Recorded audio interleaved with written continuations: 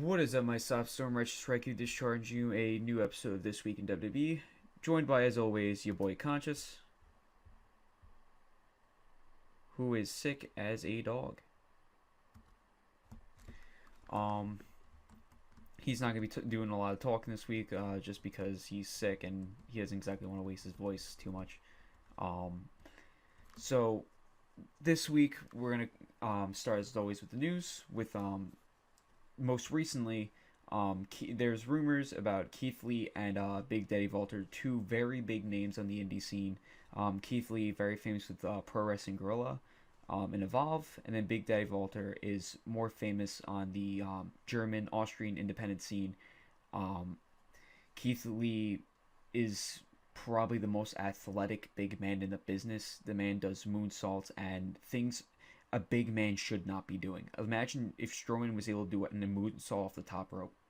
Yeah, except Keith Lee weighs more than Braun Strowman. Kind of scary. And Big Daddy Walter, kind of picture Andre the Giant, where you don't really have much vocal charisma, but you're just such an intimidating presence, it becomes charisma. Keith Lee is looking very, very likely to sign. He's been canceling a lot of events in the indie scene, so it's looking like he's going to hit the performance at around May-ish, which is really nice. And Walter is the only one we're not too sure on. It looks like he's really intent on staying, because he doesn't know if the WWE schedule would be his.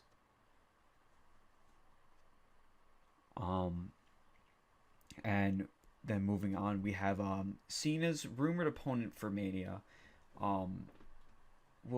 Is right now currently under speculation of being Rey Mysterio, because at this week's Smackdown, which Cena was on, we'll get into more of that because there's a huge story that happened within the past 3 consecutive days of Elimination Chamber, Raw, and SmackDown.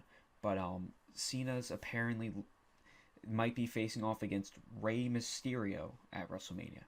I don't know why exactly, but because there's really no good story to tell, and Royal Rumble didn't really set up anything, so really it just doesn't make sense. But if they decide to go with that, then all on them. That'd be pretty nice. By the way, hello people. Sorry, I was coughing and stuff. Yeah, Sick. yeah. Conscious caught the nice and AIDS. Yep. You got the weekly AIDS. He'll be fine next time. Mm-hmm. So I'm not a big fan of Rey Mysterio, Mysterio versus Cena. It's not like I don't like Rey. I'm a big fan of Rey.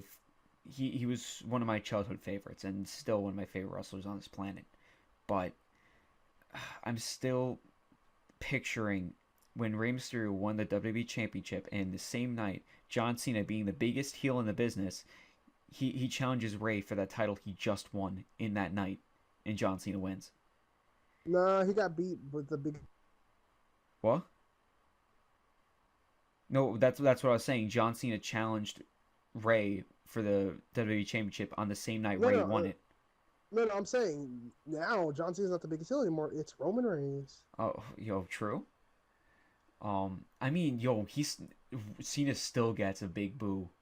Like, if we get Roman Reigns versus Cena, literally everyone's just like, you both suck. You both suck.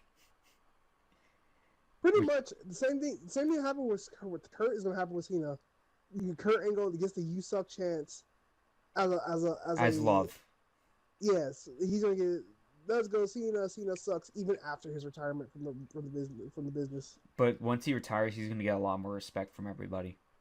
He already does. He's one of the few products that came from WWE exclusively WWE's. He grew up in the WWE developmental system. He started in OVW when it was still part of WWE as the prototype, and he came to SmackDown, and he's been with the company for all of his wrestling career. In his not so famous run in AAA as Jose Cena.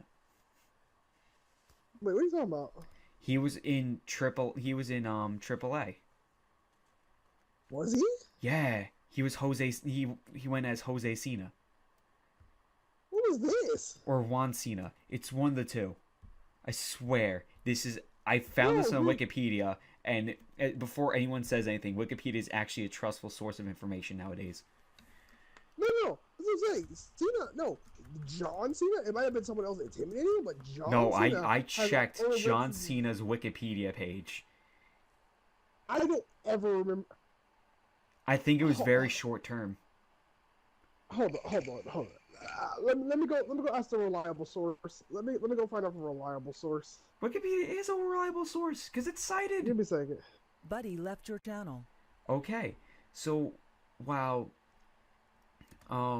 we get Conscious and Research Squad, I stand by my statement that I'm pretty sure he was in AAA. And I don't know why my computer is not loading to the point where I can't actually load up any web pages. So I kind of have to just wait if this actually works. This is so... We like to at least fact check ourselves in the midst of a problem. Because if it turns out we're wrong, we at least want to make a immediate correction. Buddy joined your channel. Okay, I got confirmation from my reliable source. No, he did not wrestle AAA ever. The Juan Cena thing happened after he got fired from Nexus, right? He went around in a mask, calling himself Juan Cena, and he wrestled 2 house show matches for WWE. Was it? Yeah. When he apparently got fired by the Nexus, that's when this happened. I got confirmation from a reliable source that's what happened. What, VJ? Yep. I'm almost positive he was in AAA. He was never in AAA. He never wrestled for anyone outside WWE. I'm 100% about that, Chris. He's never wrestled for anyone else. He's one of the few wrestlers who hasn't wrestled for anyone else. No, what the fuck?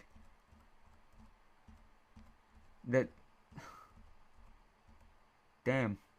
That's all I really can say, damn. I mean, technically, Yep, he was so, also in UPW. UPW? Ultimate Pro Wrestling. Before he went to WWE. That's where he started training.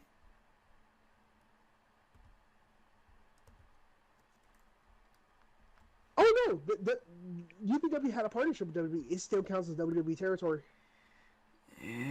Really? Then why would he go from UPW to OVW? Because the thing is, it's like transitioning. Like at the time, WWE had many territories. So it's like evolved to NXT. Yeah, exactly. Okay. The UPW was like the underclass of the underclass for WWE. Once you were in OVW, your next step was WWE at that time. Fair enough. Yeah. So like that's how most developmental territories work. If you're like a son of a big wrestling company and it's kind of a developmental territory at the same time, you usually have another developmental territory you pull talent from. And for OVW, it was UPW. Yeah. And other talents right there. For WWE, it was OVW, then FCW. Yes. Yeah. All right. Well, with that fact correction, as of right now, it's WWE has NXT predominantly, but you could consider Evolve as well as a big one that they pull talent from, and they work very closely with. But well, yeah, back on track. Yeah, at least we got our facts correct, and that's what matters here.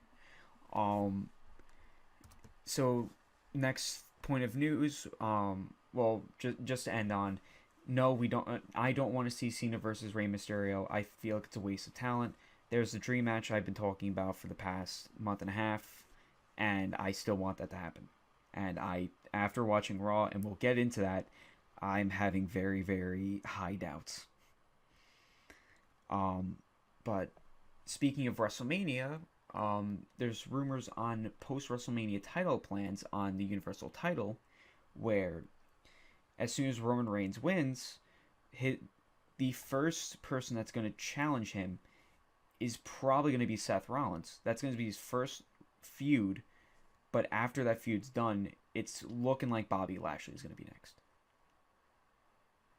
Because originally the plan was after Roman wins the title, he was going to feud with Dean Ambrose, but since Dean's still on the shelf, it looks like Seth kind of has to take that party in.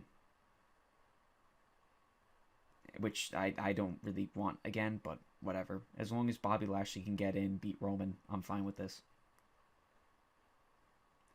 But that, other than that, that's not that important. And then we get into the last little tiny bit of news is Shane Helms it was the first part of the Cruiserweight tournament. Shane Helms sent out a tweet saying when Ari Daivari was like, "Oh, I'm going to become the next Cruiserweight champion," and he said, "Yeah, keep it warm for me." So everyone thought Shane Helms is going to go to 205 Live, and I would love to see him return, even if it's like a special appearance on like Mania weekend or something, like maybe on the pre-show.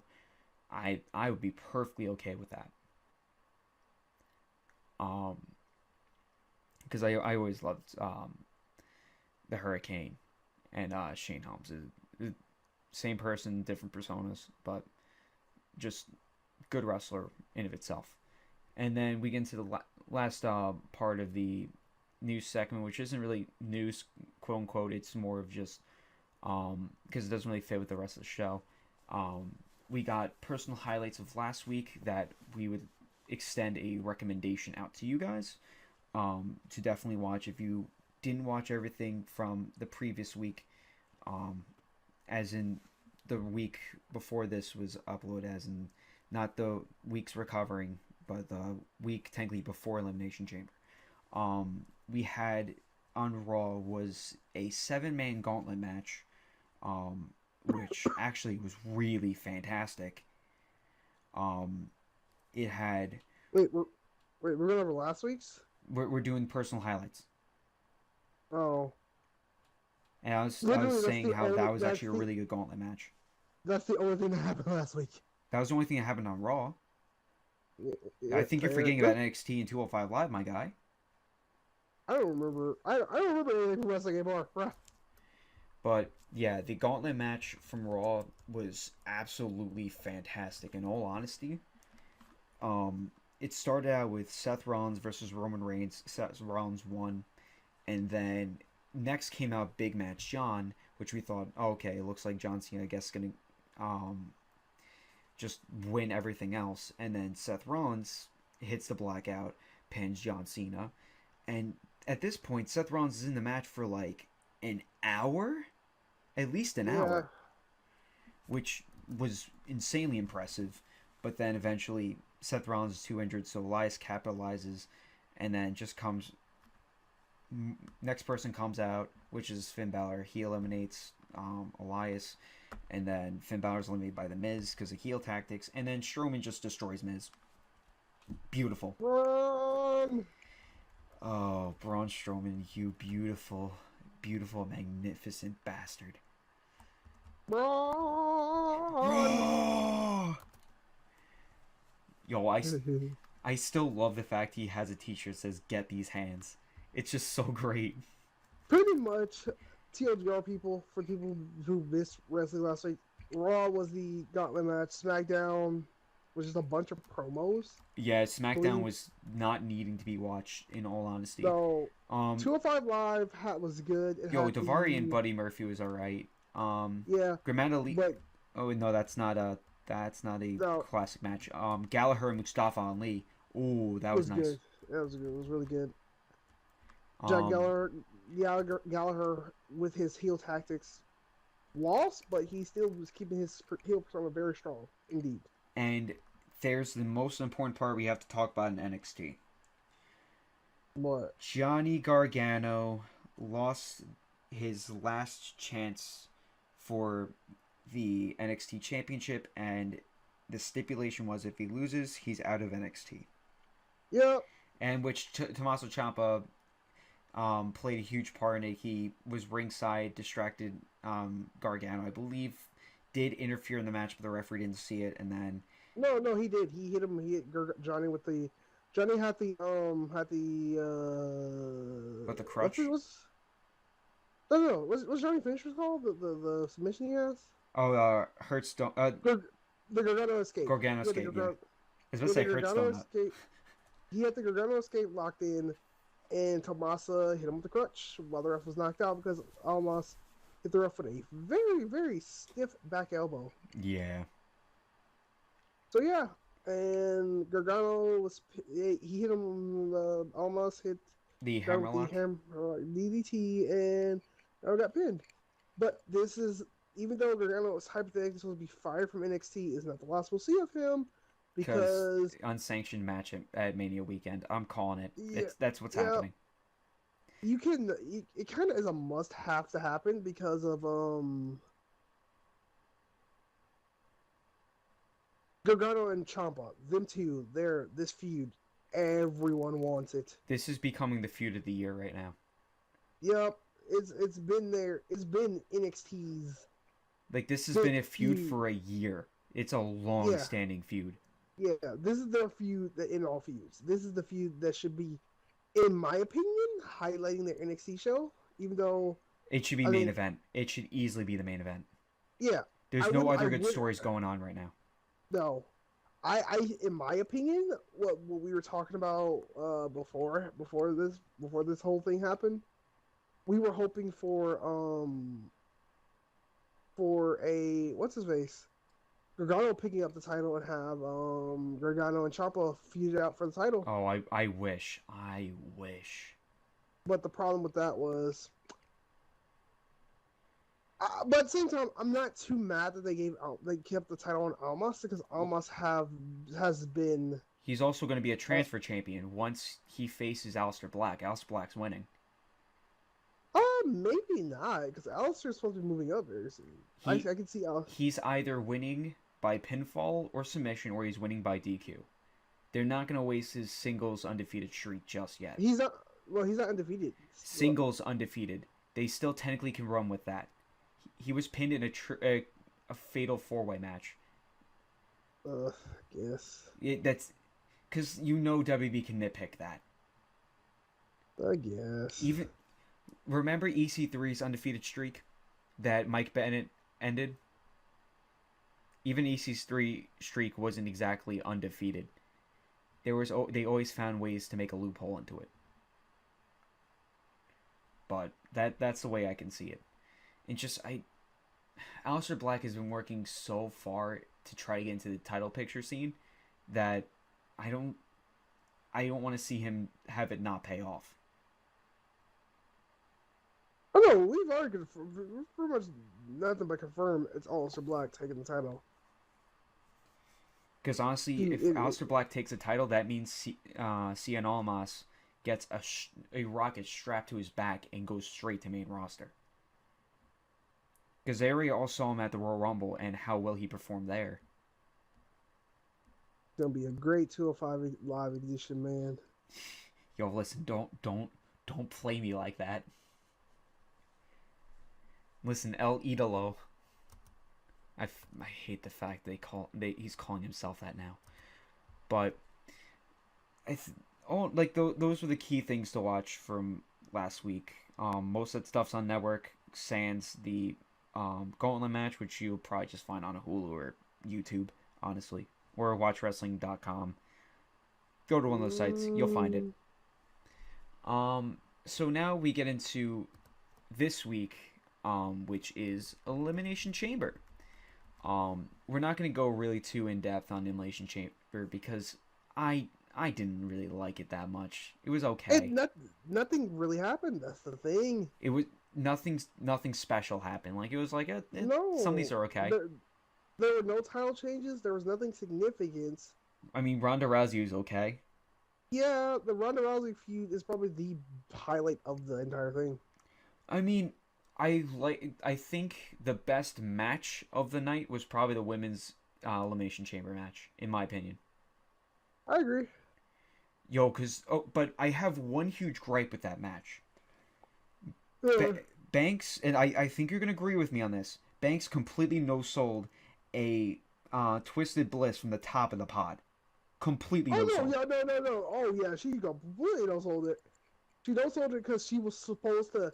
I guess she was supposed to catch her mid Twisted Bliss into the bank statement, but it didn't go over too well. It literally looked like she ate a Twisted Bliss and just rolled through. Yeah, but like that. Just looking on the camera, I'm just like, this is stupid. Mm-hmm. I just got so salty because I'm like, that's just not right. Oh yeah, and besides the fact of Sasha Banks pulling a Lion King and just kicking Bailey off the top of the pod. The ultimate betrayal. Yeah, with Banks once it was down to Alexa Bliss, Banks and Bailey. Eventually Banks eliminates Bailey, and then we get Bliss versus Banks. And Alexa wins with No. Bailey got eliminated by Bliss. Oh, you right. I forgot the roll up. You right. Mm-hmm. What happened was Bailey hit. Yeah, the Bailey to belly, and then she came from behind. Yeah, no, you're right. With the roll up, yeah. I completely forgot that. But yeah, the match ended with Sasha Banks teasing that she was gonna try to go for a big move off the top of the pod. Alexa Bliss catches her off guard and hits a Hangman DDT. And Hangman, what does she call that finisher anyways? I think it's just a DDT. No, it's a blissful DDT. Blissful DDT? Yeah, this is called, yeah. So it was a Hangman version of that from the top rope. Pretty nice. Alexa Bliss won. She cut almost a face promo. She almost had me. Like she's like, oh, I want to dedicate this to everyone to follow their dreams, cause you'll never be like me, and just immediately put all the brakes onto a possible face. Oh, that was great. And then Banks is going heel. It's time. Yeah. It's gonna be slow. It's gonna be a slow build, but it's happening. Unfortunately, they kind of wasted Bailey versus Banks. Yeah, I think they're gonna put it as a throwaway match at Mania. They are. They've already confirmed it. Which is dumb. Those two ladies are fantastic together, and they should be. They literally had one of the best matches of all time with the Iron Woman match. No, I wouldn't say all time. You slow down there, bud. One of the best matches for women.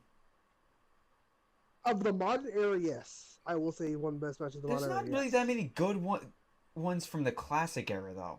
Even Attitude Era didn't even have that many good ones.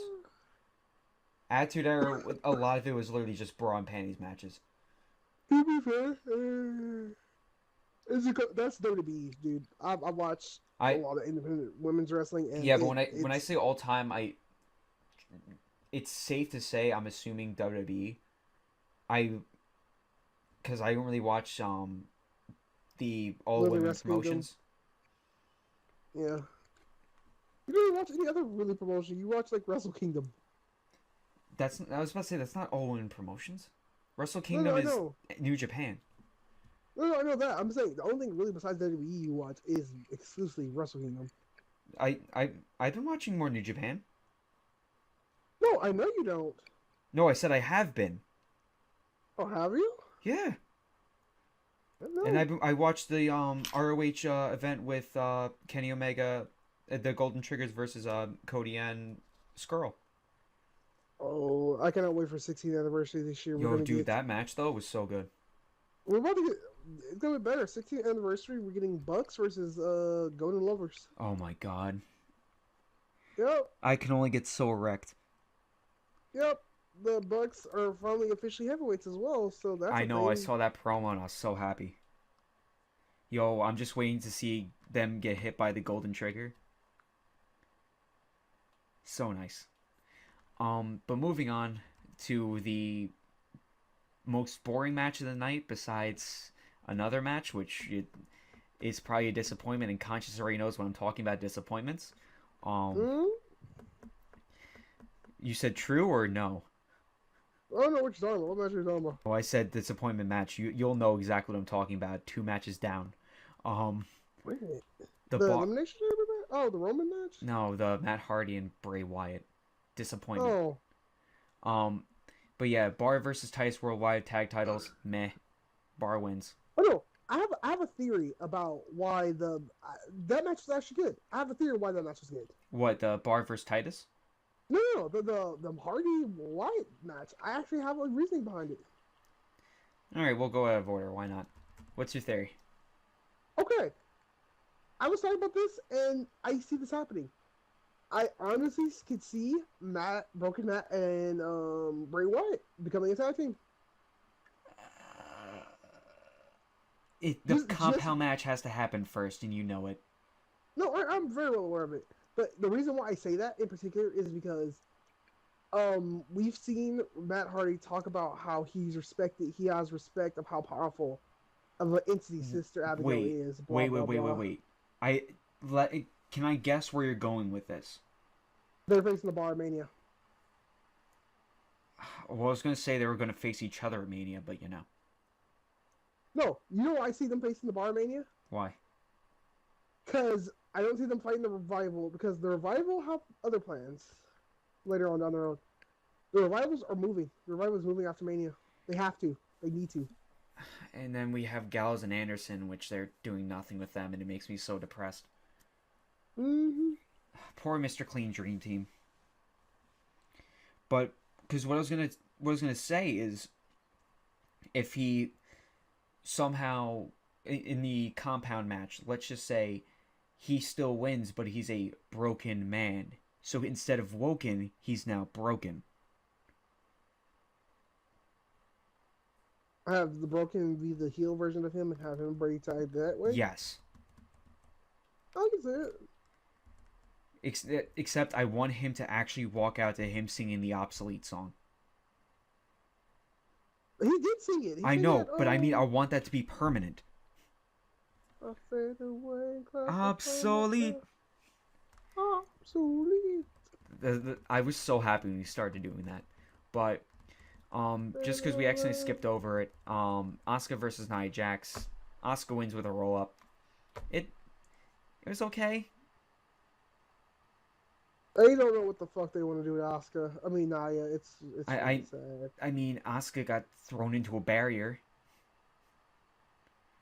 Like I said, they don't know what they want to do with Nia. No, it's sad. I think what's gonna happen is it's gonna be Nia Jax versus Alexa Bliss at Mania. And No. You know what it's gonna be actually? Nia's gonna win the new battle royal they're gonna have for the women because women need something to do. So they're like, hey, we give them something every year. So all this year. So they're gonna have like a Mae Young battle royal. I don't know if it'll be Mae Young because we had the. No, but you Mae get Young what I Classic. mean. You get what I'm getting at. It'll probably be the Fabulous Moolah Memorial Battle Royal. Or even China, maybe? Feminism. Yeah. But they're talking about just because of how many titles they have now and how many matches they have to put on, they're thinking about just instead of having a bunch of bullshit side matches, have like the 2 battle royals, put a lot of people on the card and get them paid. I know, it's just I'm angry.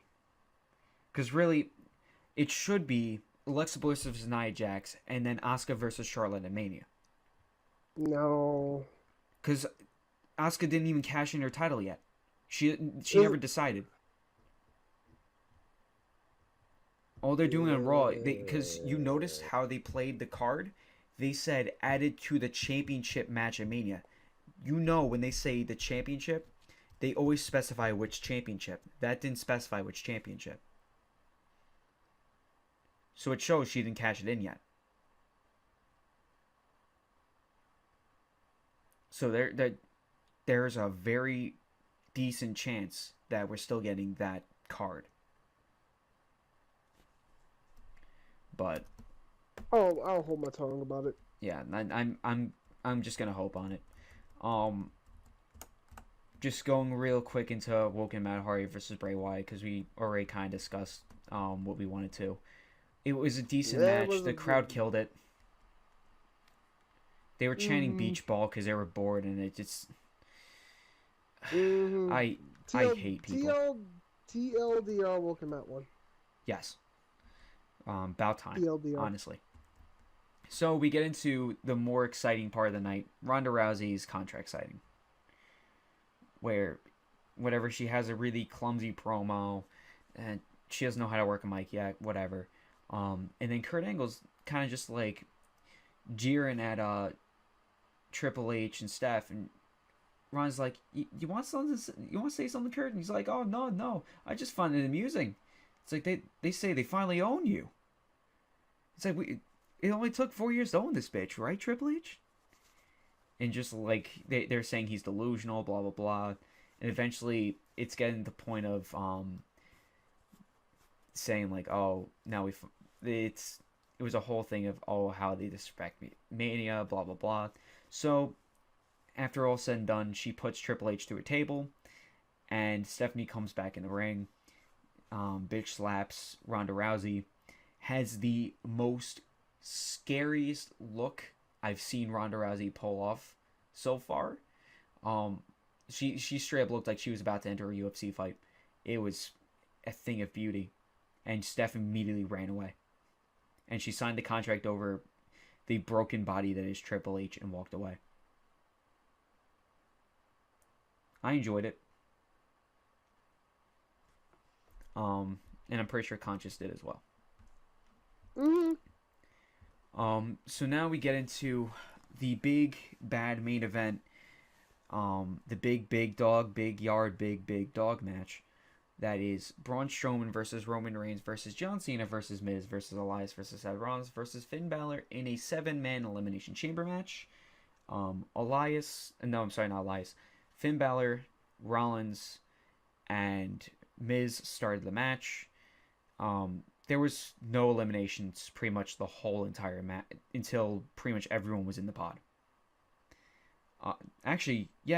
There was no eliminations until everyone was in the match. I found that interesting. And then the first person to enter the pod or the match was I keep saying pod, I swear to God.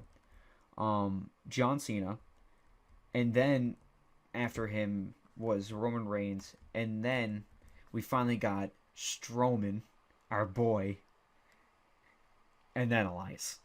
And just to put into perspective of how this match went, Braun Strowman eliminated 6 men. He eliminated everyone but Roman. And to take out this man, he ate at least 12 to 16 finishers. Yep, he ate everyone's finisher at least once, maybe twice. He ate at least 2 spears. He took at least 5 spears from Roman at least. Mm-hmm. At least 2 or 3 attitude adjustments, 1 or 2 coup de grace. Elias didn't get anything in because that man was dead upon arrival. The Miz couldn't get anything, dead upon arrival. Seth Rollins, I think, hit a knee.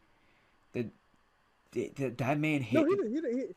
No. He had a curse stop on John. I remember that. No, I was talking about Seth hitting Braun.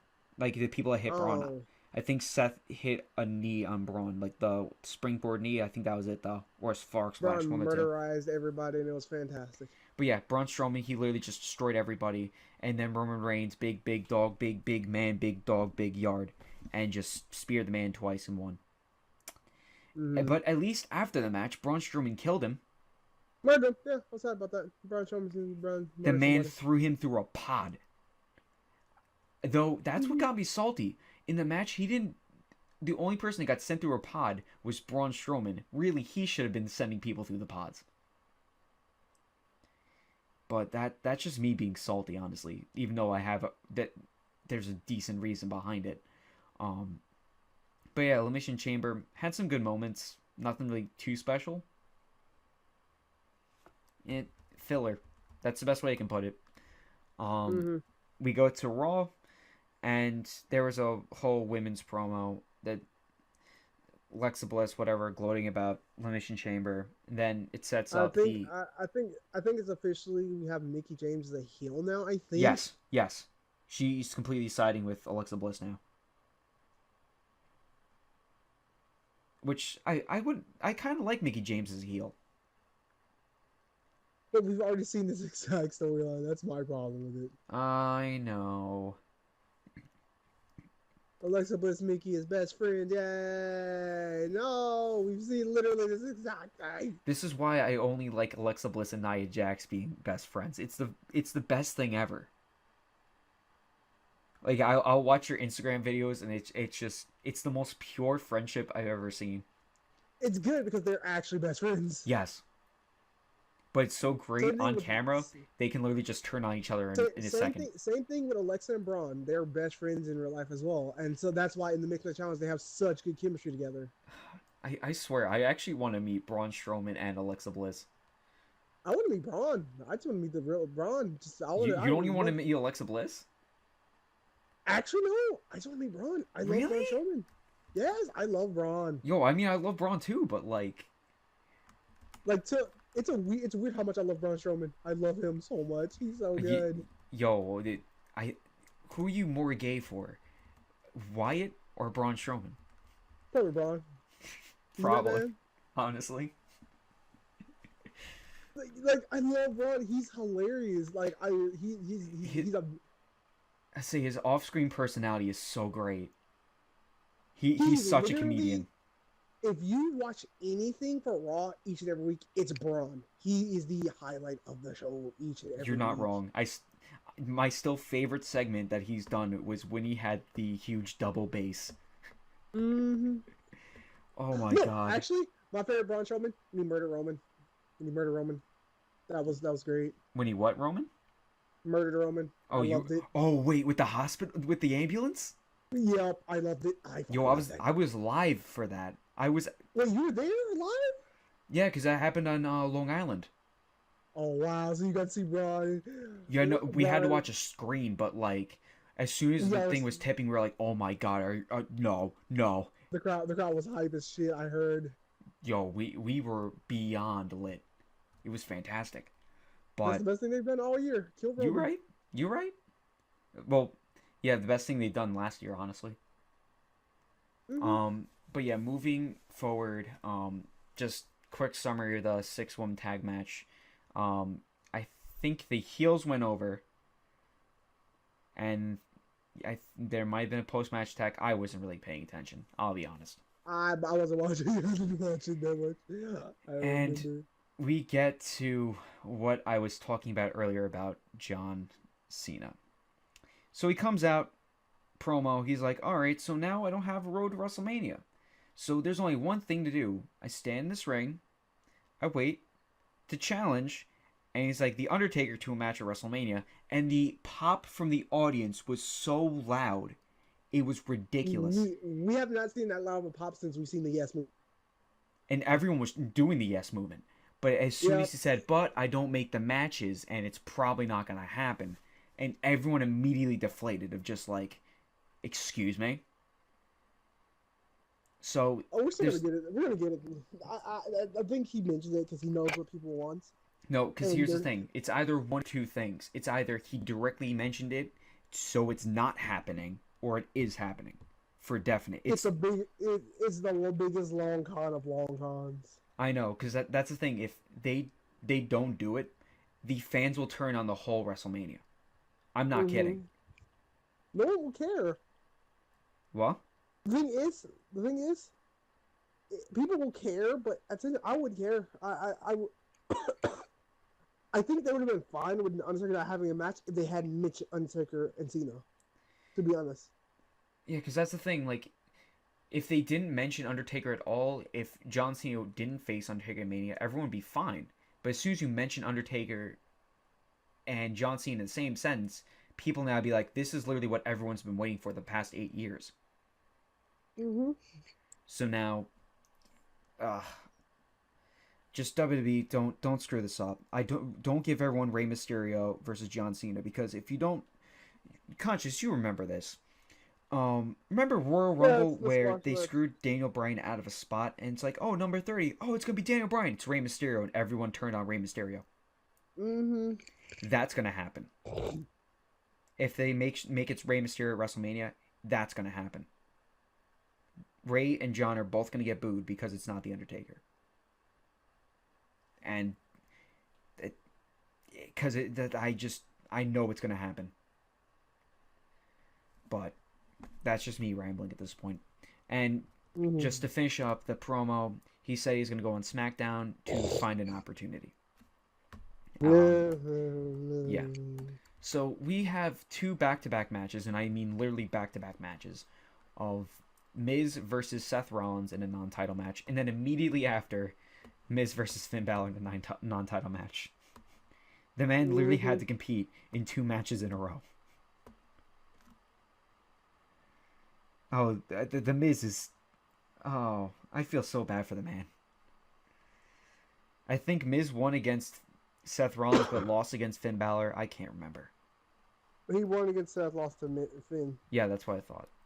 So I think it's going to be Miz versus Balor Mania. No. He lost against Seth, won against Balor.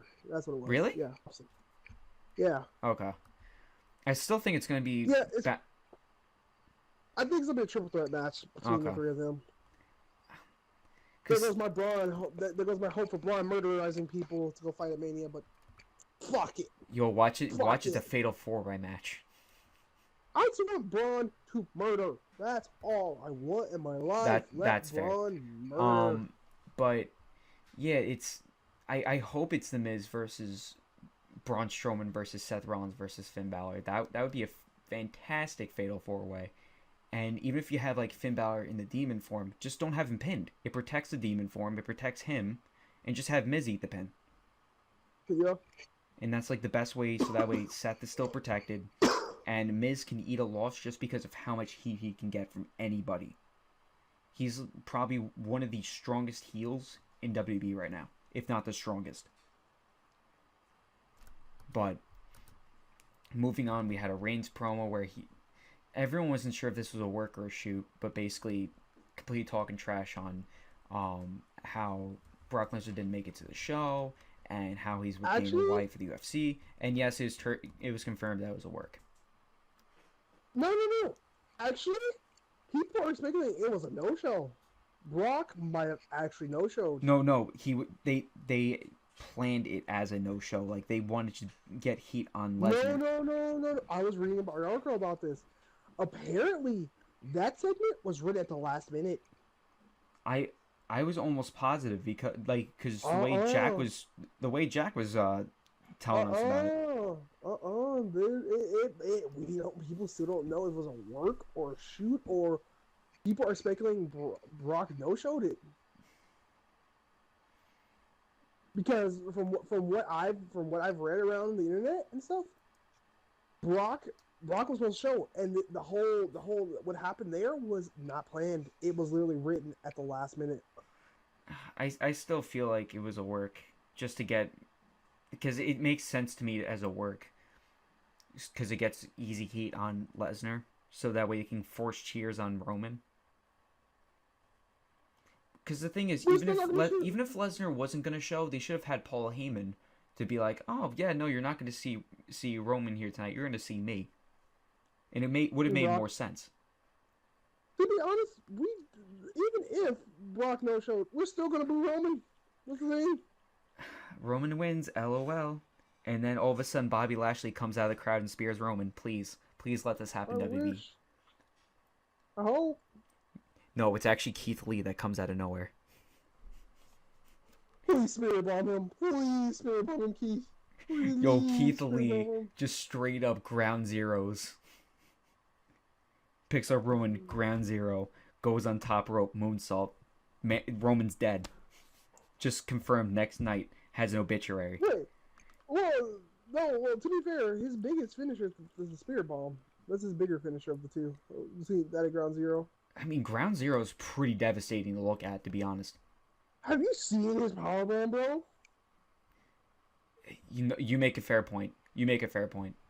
Yeah, his powerbomb is ridiculous.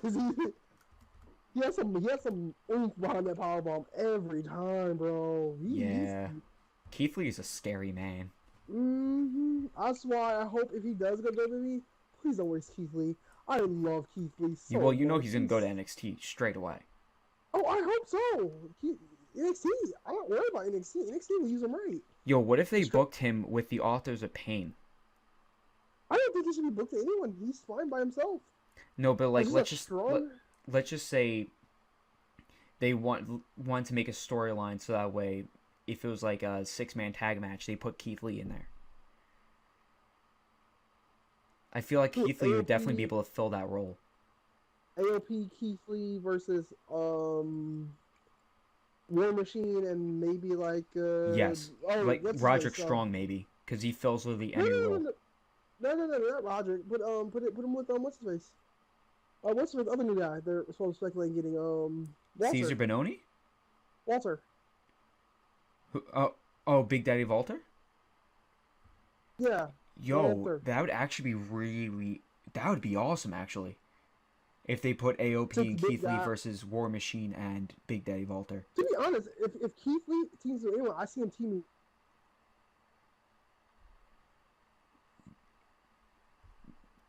Doesn't speak very good English as well, so have like the heel foreigners, being mentored by Paul Ellering. Wait, you started to cut out. Right? Have Walter, because Walter's a foreign guy, right? Have Walter. Walter, yeah, and, yeah, he's Austrian. Yeah, have him and AOP teaming up. Like, hey, these are the heel foreign guys who Paul Ellering is controlling / mentoring versus the Americans. Oh, which would be War Machine and Keith Lee. Yeah. Oh, that would actually be even better, honestly. Because to be honest, I think Walter, when he comes to if he comes to WWE, he will kind of need the same thing that AOP and what's his face Almas needs a mouthpiece because they don't speak very great English. Oh, I mean, Almas has Selena right now, and she's flames on the mic. No, she's a great mouthpiece. Like, yeah, for those people who don't speak great. To be honest, Shinsuke might need Shinsuke, I would not be opposed for Shinsuke getting a Asuka mouthpiece. needs a mouthpiece desperately. No, for sure, yeah. Her promos are sinking so fast. I agree, because she can't speak a lick of English. Like, that's the thing, like, I wish she didn't have to do promos where if it was going to be a promo, it would be a filmed promo, because her filmed promos came out fine.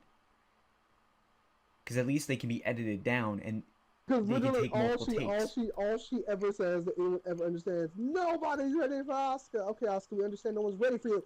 What the fuck are you saying, bitch? Yeah. Shinsuke, his English isn't bad. It's just he needs a lot of work, honestly.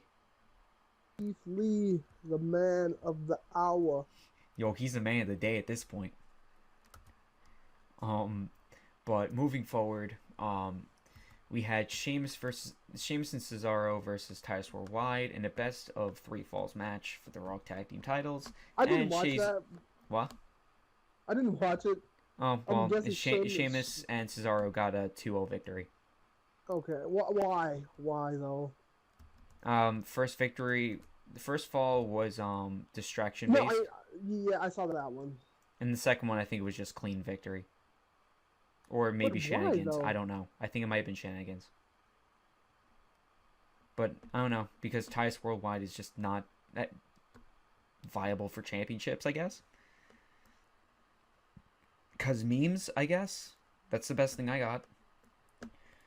But the match was okay at best. Next we got Braun Strowman versus Elias, which didn't even go a full match. Because while Braun Strowman was destroying Elias rolled out of the ring, grabbed the fire extinguisher and blasted in Braun Strowman's face and ran away. Legit, like, ran to the back, was able to escape Braun Strowman, went into a limo, and just left the arena completely. And kind of made me depressed. The fact that I find it so funny that they always have, when a wrestler leaves the arena, they are in a limo, and 9 times out of 10 they don't actually use limos. They literally drive themselves to the next arena. I was about to say, yeah, they legit drive themselves. Have people never watched a ride along? Exactly.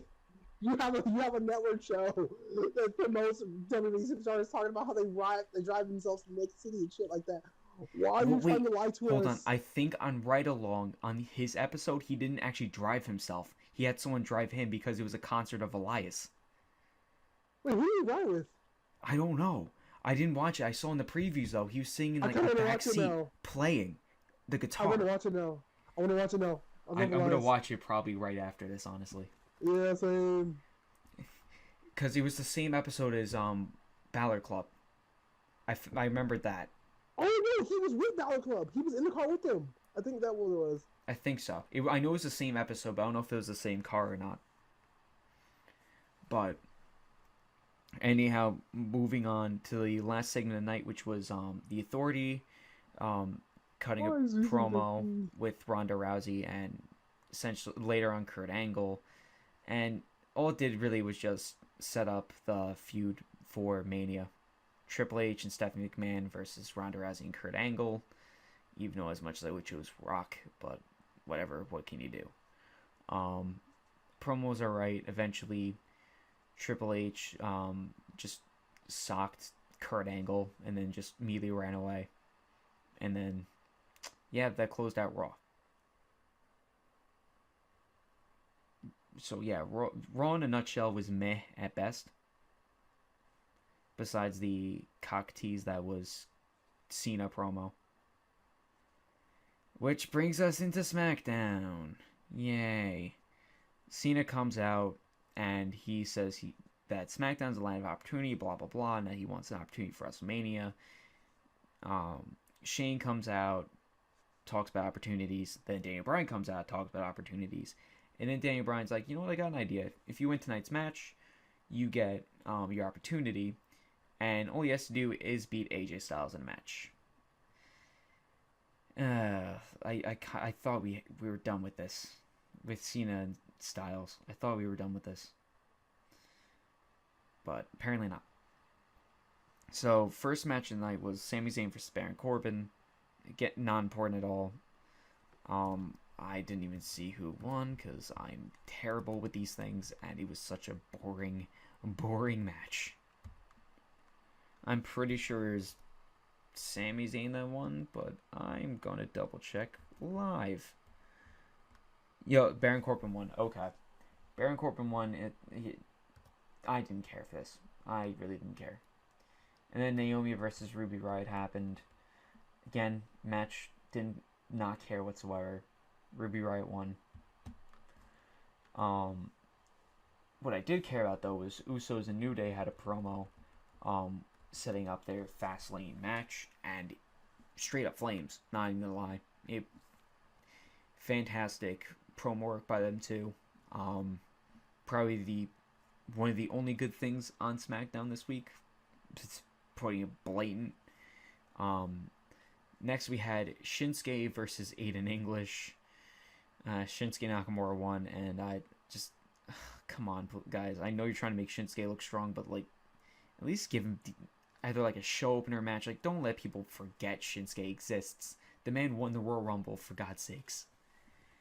And then, last match of SmackDown, we had John Cena versus AJ Styles. And as much to my dismay, John Cena wins, creating the Fastlane match to be now a six-pack challenge of Styles versus Cena versus Kevin Owens versus Sami Zayn versus Dolph Ziggler versus Baron Corbin. Ugh. And Cena won surprisingly clean, and I don't sit right with that. Like, I can understand if there was, like, outside shenanigans or whatever, but the fact he won clean, I am not happy in the slightest. But that's a rant for another day. SmackDown, all in all, mediocre at best. Gets into Mixed Match Challenge, which was Sasha Banks and Finn Balor versus Asuka and Miz. It was a good match. I wouldn't say it was like the best of the classic, but so far it was good. And then Asuka and Miz obviously won because Asuka's undefeated streak was on the line, as it always is. So decent. 205 Alive. Is Conscious dead? Conscious is dead. We have Cedric Alexander versus T.J. Perkins in a cruiserweight tournament match in the first part of the second round. Very, very good match. The match was really lengthy. It was like 17 minutes, almost like 20 minutes long. It was a long match. Cedric Alexander ended up winning. He countered the detonation kick into a lumbar check, got the 1-2-3. Just all in all, good work. Which is also weird that since they paired Cedric with TJP and Cedric won, now really the only heel left in the tournament is Drew Gulak, which kind of signifies that it's going to be Drew Gulak at WrestleMania versus probably Cedric Alexander. And I'm looking forward to that. And then the last match tonight was Kalisto versus Roderick Strong. Definitely not as good as some of the other matches in the Cruiserweight Classic.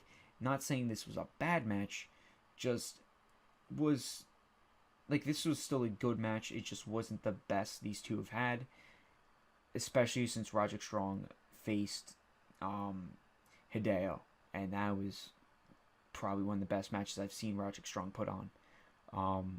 We had Roderick Strong won with the End of Heartache, so which sets up for the next round in their bracket will be Cedric Alexander versus Roderick Strong, and the winner of that will advance to, I think, would be the semis or the finals. It's one of the two, but I'm looking forward to that. And they hyped up for next week. It's going to be Buddy Murphy versus Mustafa Ali, and I'm kind of excited for it. But I'm sure it's going to be good. And also they have Mark Andrews versus Drew Gulak, which that's going to be a good match too. And then we got NXT finishing off the week, Velveteen Dream versus Tyler Bate, and this will probably wake up Conscious. Tyler Bate loses. Yeah. Tyler Bate's still on a losing streak, and even the commentary acknowledged it. Velveteen Dream ended up winning with the purple Rainmaker elbow drop. Got the 1-2-3. Tyler Bate now is multiple losses on the board, and it's not a good thing. Hopefully this actually leads for something, possibly getting the UK Championship on Media Weekend. Hoping for it, because honestly that title needs more defenses.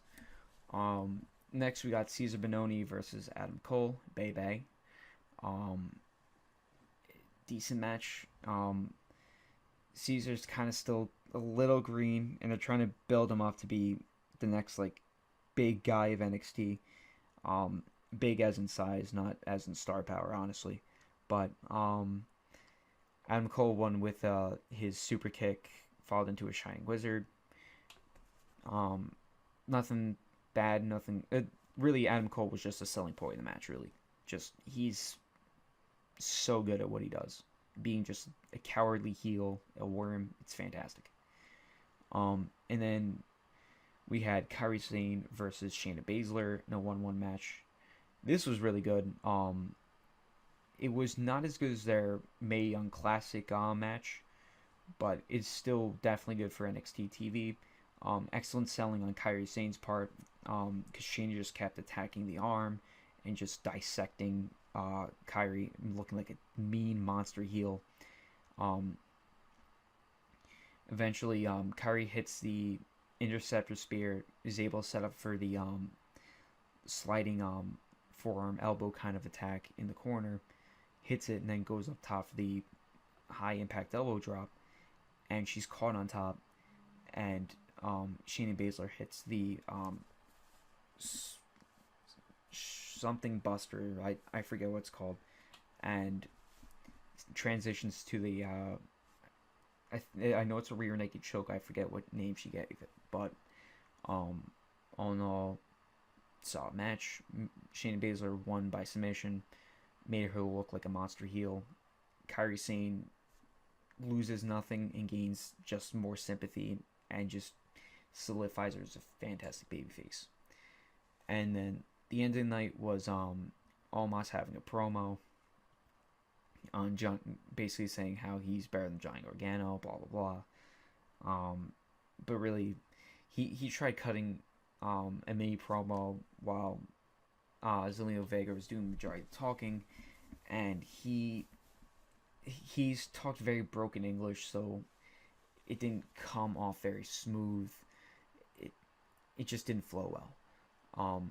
But it kind of worked, and eventually Aleister Black came out, basically making his intentions known that he's coming for the title, and then Killian Dane comes out, screaming at Aleister Black that Aleister Black's in his path to the championship, and Killian Dane just outright destroys Aleister Black on the stage, and that's closing for NXT. Mm-hmm. There, Conscious is alive. I never left. I know what you're talking about. Yeah, you did. I know you're dead because as soon as I know you're dead as soon as I said Tyler Bate got another L this week. Oh, I'm very well over it. They have other plans for Tyler. Oh no, I found out why. Well, because they're probably setting him up for something. I'll explain to you later. Okay. But yeah, NXT, I'd say that it was an okay NXT. Nothing stellar. I think it's next week or the week after that Ricochet debuts. Well, I say this with like 50-50 confidence on it's either next week or the week after that. It's one of the two because I remember the tapings.